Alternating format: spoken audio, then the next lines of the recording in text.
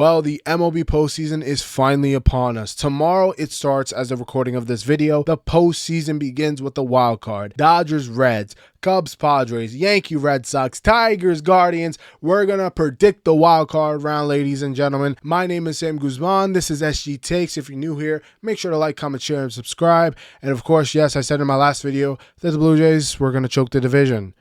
I was wrong. We'll see you guys in the ALDS, I guess. Let's start with the easiest prediction out of them all, Dodgers, Reds.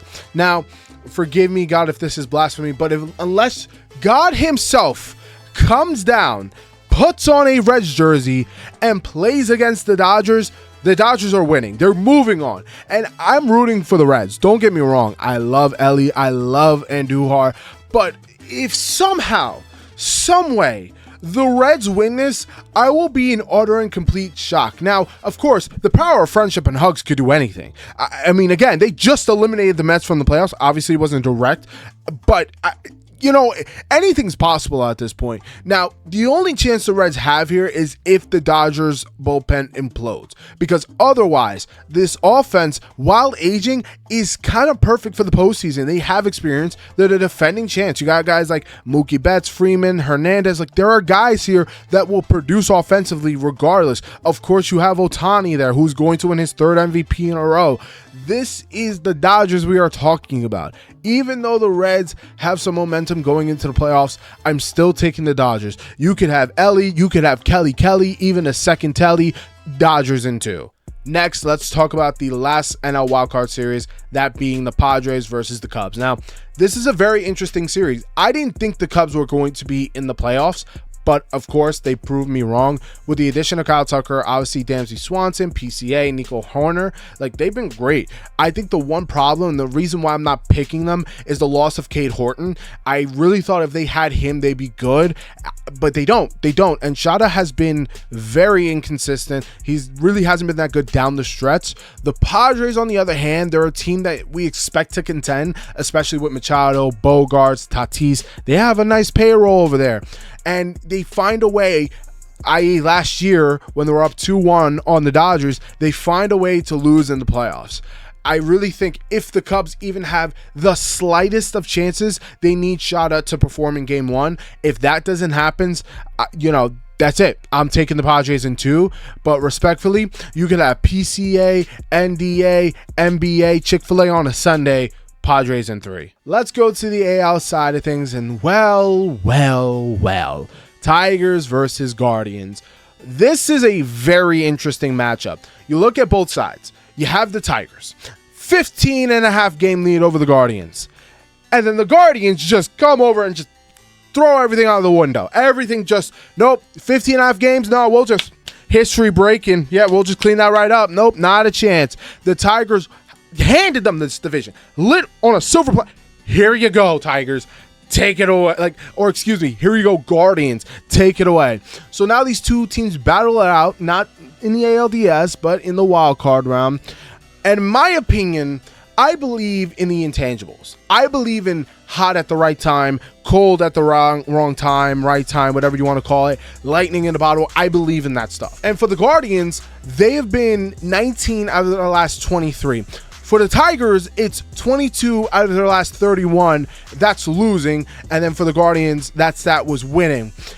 Even though they have Tyreek Skubal, even though that they might have on paper, they might have, I'm going with the Guardians. If you're asking me, who am I putting money on? It's the Guardians, because they're hot. They're coming into this postseason hot. They beat them they beat them last year. They beat them last year, even with Emmanuel Clase imploding in the postseason. I understand that they lost Emmanuel Clase now they have to kind of piece it together. I'm still picking the Guardians. They're coming in hot. The Tigers got cold. They waned off of their amazing start to the season. I am taking the Guardians, because you could have Tyreek, some nice sneaks, and a bye week. Guardians in 2. And now let's talk about the one I'm obviously most excited about, as you can see. Red Sox versus Yankees. The Red Sox have clapped the Yankees in recent memory in the postseason. The last time the Yankees beat them in a series was in 2003. The last time they beat them in just a singular game in the postseason was 2018. The Yankees have no excuses, and here is my logic. Aaron Judge, every time he has some time off, he gets cold. Injury, postseason bye, whatever the case may be, he gets cold. There's no excuses because they started the season really hot, and I witnessed this myself. I went to the second game of the season and watched them hit 9 home runs.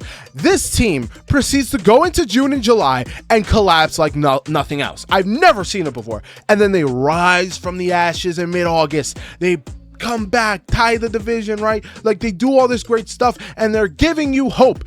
There's no excuses. Even with Juan Soto last year, this team is way better. And with the Red Sox, the thing is, they got rid of their best player. Guys, I need you to understand, they got rid of Rafael Devers, and they somehow got better. I don't understand it. They've gotten better. They have owned us this year, and we need to win game 1. The spotlight, Aaron Judge, if you are listening to this, if you see this, I need you to look me in my eyes and understand the spotlight is on you. This game is on you, regardless of what you want to say. Oh, it's only a 3-game set. What, this, that, the other. The spotlight is on you. After what you did last postseason and what you did in the regular season, proving that you're still a great player, the spotlight is on you. Garrett Crochet is coming into the Bronx. We need to put up at least 4 runs in that first inning. And it might sound dramatic, but Crochet is, in my opinion, the Cy Young. He is the best pitcher in baseball. This guy was dominant all year. We need to embarrass this guy. We need to take an early lead, because I'm telling you this right now, if we don't, this series is over before it even gets started. I am scared. I'm not even gonna lie to you. The Red Sox worry me because of Crochet and Crochet alone. For the Yankees, of course, they won 14 of the last 17. They're coming into the series hot, but I'm telling you that you need to jump on Crochet. I'm not worried about Brian Bayo. Obviously, Giolito is out for this series because of his injury. I'm not worried about Bayo. He's been inconsistent. I'm not worried about him. We need to beat Crochet to win the series. It's plain and simple.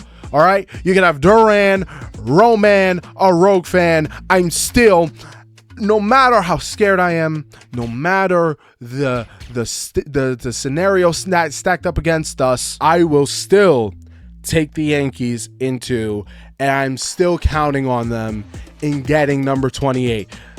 I'm still counting on them. I hope to God they get it. Please, for the love of God, beat the Red Sox. That's all I'm asking. I genuinely cannot wait for the postseason to start. Tomorrow cannot come soon enough. 1 Timothy 2:5-6.